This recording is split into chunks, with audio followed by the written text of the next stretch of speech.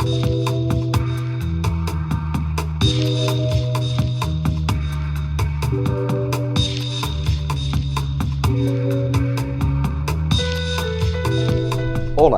welcome again to City and State TV. I'm Gerson Borrero, and this morning we're joined by Zenaida Mendez, who is the immediate past president of the National Organization for Women of New York State. Zenaida, last time you sat with us here, it was the middle of August, I think August 17th, and you had a mouthful to say. As a matter of fact, we're just before the primary, September primary. You had not, your organization, and you were very clear, had not endorsed anyone for governor in the primary. You were waiting for actually a questionnaire that the governor's people never responded to. I'm not going to accuse the governor directly of not filling it out. But what happened since then? You wind up actually endorsing. You didn't endorse the governor. Can you put us to speed? And I want to go back to the National Organization for Women. And I thought that you were done only for 2 years. But you can. What happened first with the primary? Well, thank you, Gerson, for having me again, Sitting in State, which I read every day, twice a day. Great. Thank you. Since then, we definitely endorsed the governor. I mean, he won the primary and definitely was more progressive than the Republican candidate. So the National Organization for Women in New York State, we did endorse the governor. Since then, so much had happened. You went to Puerto Rico. I went someplace else. Yeah. but before, the political stuff, you were very tough in terms of, the rules that your organization represented. You weren't too happy with the Women's Equality Party. As it turned out, Sefer Teachout was really stronger than what many gave her credit, or was it a sign that the governor was weak, or was the governor not hearing the voices within his own party at that point? Now that you can, the election is over, I'm trying to get an analysis, an honest assessment from someone who knows politics. I know a little bit of politics. Definitely, the governor was not aware of his own party's feeling about his policies. In terms, especially community of color, immigrant communities, small businesses, women-owned business, definitely. Teachout did very well. I mean, almost 40% of the vote. Definitely all the county of state New York, they were not counting with that.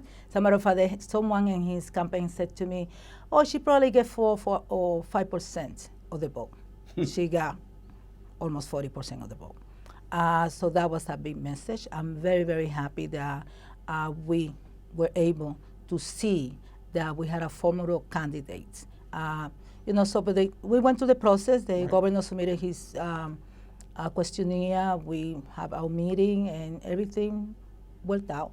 I mean, but you can see by the result of the elections. The general election. The general election that he didn't do as well as he was expected to do. I believe even the state controller got more votes than he did. Correct.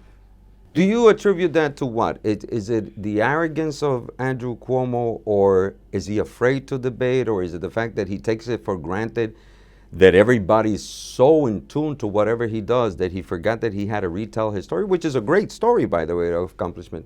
What do you think the governor failed, and what would you have advised him to do different? Well, you see, it's not just the governor. He has a team.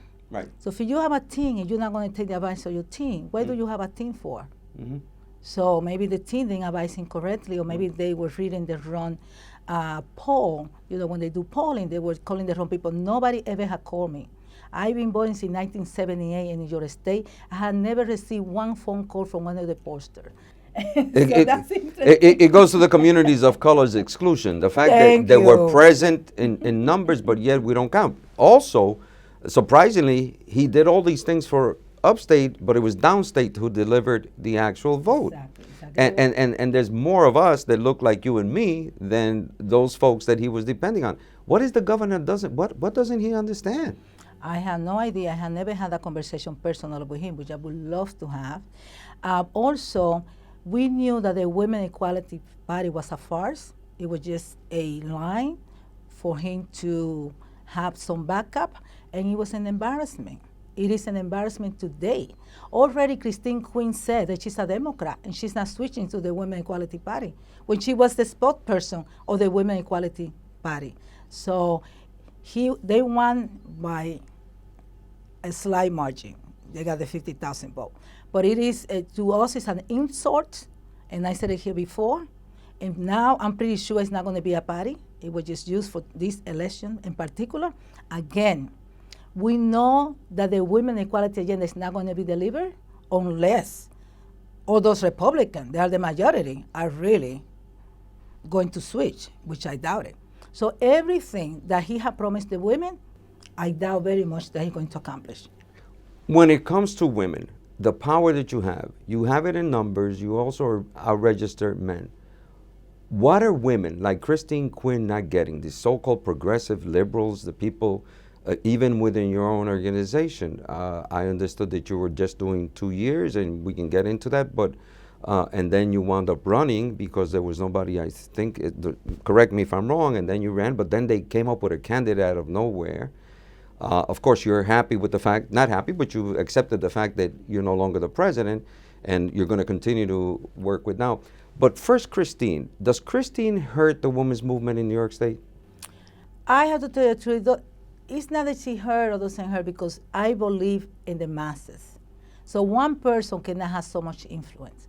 We have the power on destiny. So we control our destiny. So one person, she didn't want as a mayor. There was a reason why she didn't want as a mayor. And you supported her. I did support her because also she was the most progressive and a feminist at that point. Right. And I know Billy Blasio, for over 20 years. But as a feminist, I had to go with a formidable candidate, because we're not going to say we are feminists, we support women, we need more women, and then when we have a formidable women running, we're not going to back them out just because I know the male. It doesn't work that way. I'm a principled person, an ethical person, integrity person. We have to go with integrity.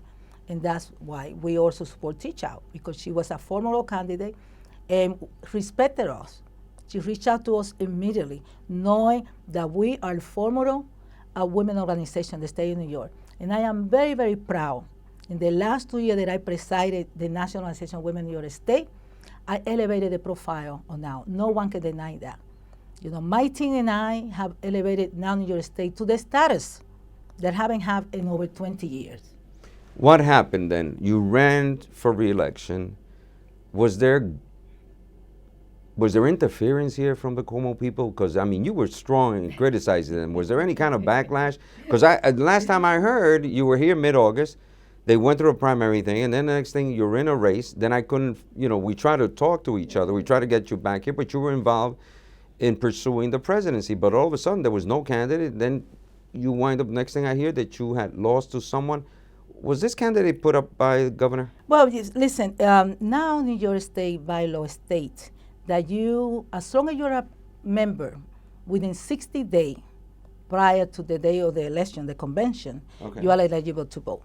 So the person, my opponent, what she did, she registered every relative in her slate, in every frame. You can see the day of the election, they came just to vote. She bought 2 buses of people just to vote. These people never registered, never paid for the convention. And when I said relative and friend, they were children, 5 and 4-year-old people who came to vote in that election. Well, why didn't you contest the election then? Why? I feel so good that the status of now is so great that people are willing to do that kind of stuff in order to take it over. It is great. I feel good about it. So this is the kind of thing. Everyone who voted, they came just to vote. They didn't want to register. They didn't pay. And they were very clear. We came here to vote. And when we asked, you have to, this is a convention. No, these are people, they're not activists. They have no idea what now it's about. So this is a rigged election. So how can you accept that? You're laughing, but but this is serious charge here. Because we can go, I filed a grievance. I'm going to be You did honest file a with you. grievance. I did file a grievance because it's a lot of steps they were taking. But like I say, I feel that everyone had to live with their conscience. And there was no need to do that because I had already stated several times that I didn't want to run for a second term.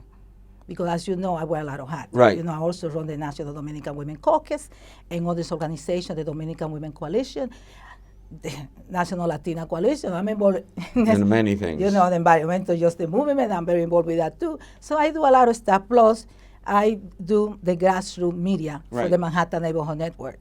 So I said we had a great 2 year, and August 23rd, we had our council meeting. Mm-hmm.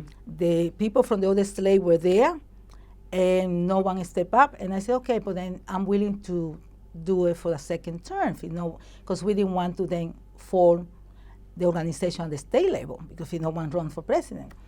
And then I assembled my group, and we have a great team willing to run with me Right. again. And like I said, no one at that point. And then September 10, all of a sudden I found out there is another slate running. Out of nowhere. Okay. So the internal process now with the National Organization for Women, they have a new president, which, by the way, what's her name? Sonia Osorio. Sonia Osorio, who heads the New York City chapter. And right now she is the president. But you filed a grievance, you're going to let it go through a procedure, and just for the sake of having it clarity in that, is that? Yeah, but I hope so. It's important. It's important that we gain respect. I am the first woman of color that had this organization in the state of New York. And there is no coincidence. There's so many things happen in the last few days before the convention, the last 30 days. Do you feel that was as a consequence, as a pushback of what you said about Governor Cuomo, the fact that you didn't, he had a No, I'm not going to say that had to do with that. It has to do with the insecurity of women within the organization. And that's a shame. That's very pitiful and very sad. insecurity in what way? Insecurity in the fact that, or the jealousy. I've been in the media, not only in New York State, but all over the world. Right. All over the world. I have interviewed from people from Spain, from Russia, Okay. from Ireland. People Okay. have come to interview Okay. me. Japan. So it's a personal Okay. thing here. And the media in Albany and throughout the state, in Rochester County, in Buffalo, in Syracuse. Well, that's what the president's supposed to do, though. Thank you. I'm the spokesperson. Right. So therefore, Okay. before me, Marcia Papas did the same. Marcia did a wonderful job as the president of now for 8 years. She did the same thing. And we worked together, to make sure. So Women's Equality Party, you sort of put in the graveyard already, and I think you may be correct. What about the equality issue for people of color, for Latinos? For example, at the Somos Conference, which we did in November from the 5th to the 9th, City and State, New York was there, and we were present and covered it. We did over 29 interviews. We did a series of things. The president was there. Came up with an idea, not original, I don't think. I came up, what about a Latinos Equality Party? Because I felt, I think you read the piece, Latinos Equality, are we at that point? Some people were for it, some people sort of shied away, some people hablaron mucho, blah, blah, blah, but no, it hasn't moved. Do you think that we're within the Democrats, let's talk right now because that's the party where the majority of Latinos are and people of color, is it time for a Latinos Equality Party because Governor Cuomo, who happens to be the head of the party now, doesn't get it and other people don't get it? I don't think even a Bill de Blasio gets it. So, well, you see, if we continue, everyone continue to have their own parcela, we're not going to get anywhere. I think if we parcela being farm, their own farm. Yeah, their own little piece of land. Right. We're not going to get far. Now, if we will have a strong voices within the Democratic Party and make sure that we get the respect that we deserve, because every time there is an why did the governor went to Dominican Republic and Puerto Rico 3 days before the election? Basically, with no women in the delegation. You're right, there were no women. No women. I went on the trip and no women in the delegation. Lack of respect when we are the majority of the vote. But those Latinos, like he did with Israel, he didn't take Exactly. Andrew Stewart Cousins. Exactly. He didn't take. Okay. But the Latinos elected officials that accompany him could have said to him, you know what, Maria Luna is the woman with the longest record in the Democratic Party.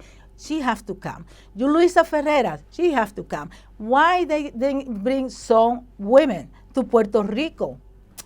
In fairness, I think Julissa Ferreras was invited, and the city council member can actually tell me. But I hear what you're She saying. was Maria invited Luna. the day before. Oh, okay. You have a baby, 9 months Zenaida old. knows it all. And they call you the day before. Tomorrow we're going to the Dominican Republic. We would love for you to come with the governor. Oh, okay. You have the $1,000 to pay right now for your ticket because it's not that they're going to pay, or you're going to go in the private plane with the governor. Okay? There was criticism I'm going to bring in this aspect. State Senator Ruben Diaz, who I refer to as Lucifer, because I can't stand him in certain things that he does, but nothing personal against him. But we had a slight conversation, and you seemed, and I think you made a public statement about him with regards to the criticism that he had about the governor not being inclusive in that trip or not paying for the trip. Can you explain that to me? Because it surprised me that you were in agreement with him about something. Let me tell you, the only difference that I have with Ruben Diaz Sr., the Reverend, is two issues. Everybody knows those two issues. Okay. It's gay marriage and the piece about the women's right to choose. Everything else, he's the only one who raised his voices in defend the Latinos community. In the last 3 or 4 years, at least while this governor being there, he's the only one. They confronted the governor, confronted de Blasio, confronted anyone on behalf of the Latino. Kathy Hochul, she came to a meeting in the Bronx with the Latino, did not answer any question, that's what I was told. No, she didn't. The first one who stood up and said, I'm leaving because what is this meeting about, was Reverend Senator Ruben Diaz. Like I say, I have a lot of difference with him, but when it comes to the Latino community, he's the only one who raised his voice. The other one are zero to the left. You know what I mean by zero to the left? Right. They're worthless. Thank you. Okay. Okay. Let me just quickly say, right now we're reset. We're going into the Cuomo, in fact, will be sworn in come January 1st. He goes for a second term. How do you feel about the governor's inclusion factor in terms of, after this election, they made all kinds of reasoning or excuses. Where are we as far as a community? I'm talking about Latinos, people of color, but limited to Latinas also. I am very concerned. We have a woman who's excellent, brilliant, Andres to a cousin, the head of the Democratic Senate Committee.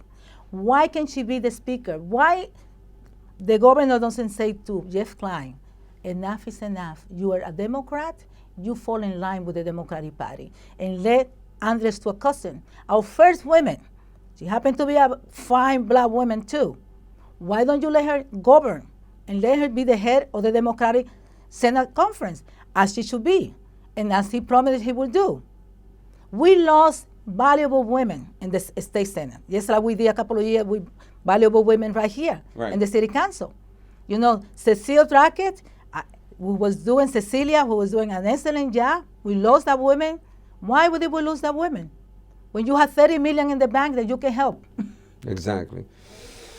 What else is on the agenda that you see, even though now you're not heading, now you have many other organizations? Where is the state of Latino politics? Where is it that right now, Charles B. Rangel, who we know very well, we've talked about it extensively, he's been, I used to work for him. And exactly. Put it on the table. Right, and you used to work for him, and you worked for Mayor Dinkins, and you've been, in every struggle for decades. What do you see right now? There's already the illusion of talking as the first Dominican to be elected. Will it be Charlie Rangel's seat once he vacates it in 2016? What do you foresee right now? Or are there too many candidates right now? No, we need to start forging coalition. We need also to start identifying those leaders that are going to take over. I'm almost 60 years old. I've been doing this for I've been doing this for over 30 years. Right. A couple of days ago, I was looking through papers, and I found the first brochure when Ronnie Elbrecht ran for city council. Ronnie Elbrecht. Helen Rosenthal, Peggy Shepard, and myself, we were in that brochure. So when it comes to the movement, it's nothing to do with the National Association for Women. In 1991, I also founded the Dominican Women Caucus to empower Latinas here in New York. And Julissa Ferrer is one of the products of that. She became a member. I was their mentor. And I have to tell you, the Latino community, we are a nation with the state. We have 21 Latino countries in New York State. So as we have to get united, los mexicanos, colombianos, guatemalteco, ecuatoriano, puertorriqueño, dándole respeto que se merecen los puertorriqueños que son los pioneros aquí. But that respect sometimes, the respect, and thank you for respecting Puerto Ricans is what you're saying, starting that, but sometimes even within communities, is it a male-dominated, just as in the general society where we have the machismo factor? Oh, we definitely had the machismo factor everywhere. Look at the delegation to Dominican Republic. And look what happened to Gabriela Rosa. ¿Cuántos machos salieron a defenderla? How many men came out to defend her? So Gabriela Rosa, you're speaking about the unfortunate situation exactly on her personal matter. Exactly. And right now, immediately Gabriela Rosa stepped down. They got another man to run. That being Guillermo Linares, Exactly. and he won. And he won. So we have to regroup as a community. And I've been proposing that for many years. We should have a state congress. Because we did that many years ago. I don't know if you remember. Yes, I do. 1199. I also have lived a little bit. Yes. Denny Rivera convened a state congress where that's how the coalition for David Dink in 89 came about. That's correct. And he had to practically be begged to run after Harold Washington in 88 and Jesse Jackson. We were part of that. Is it too much recycling going on in the Latino community? Oh, definitely. 2 or 3, they learn the rope, they learn the rule of the game, and they don't want to pass it on. And they then take the rhyme for themselves. And it should not be that way. I remember the first 2 times that Adriano Espaillat lost. And somebody said to me, he needs to learn the rule first. Sure enough, he went back, he created a political club, he ran for district leader, and then the people that he hired to run the election, there were 5 people from the community shadow those people so we can learn how to do it. We all did election before Luis Miranda came around. Luis Miranda being the consultant and political operator. The people think he's the only one who, before he existed and had a political consultancy, who did election? We did it. We all did it by ourselves. When Adriano ran against Murta, who ran his election? Brian Murta. We did it, right? The community people. We learned the hard way, but we did it. So there are many people in the community who are capable to run campaign, who are capable to run. There are so many. I went to a beautiful conference of Latino students in Harvard University. Mm-hmm. Over 600 Latino students. Brilliant. They're all well-spoken. They all knew about politics nationally and locally. Most of them right now are Columbia Law School and NYU. We have a great opportunity here to pass the baton to many young people. But we have to be willing to. We have to be willing to mentor. We have to be willing to move on. There are other spaces. And since they are there, they should do the job while they're there. Earn their keep. Exactly. By the way, you just mentioned on Friday we're going to be together. We're going to be, it's December 5th, this coming Friday, from 8:30 a.m. to 4 p.m. And it's the New York City Latino Civic Engagement Forum. It's a workshops and discussion on improving civic engagement among New York City's Latino community. And it is, of course, sponsored by City and State. We have other civic organizations, Common Cause. We have the CUNY Murphy Institute. We have, so we invite you to I'm going to be doing a workshop at 1:30. At 1:30. And it's effective coalition building among Latinos. Developing a common strategy among progressive Latinos in the United States is the groundwork to move our people's agenda forward.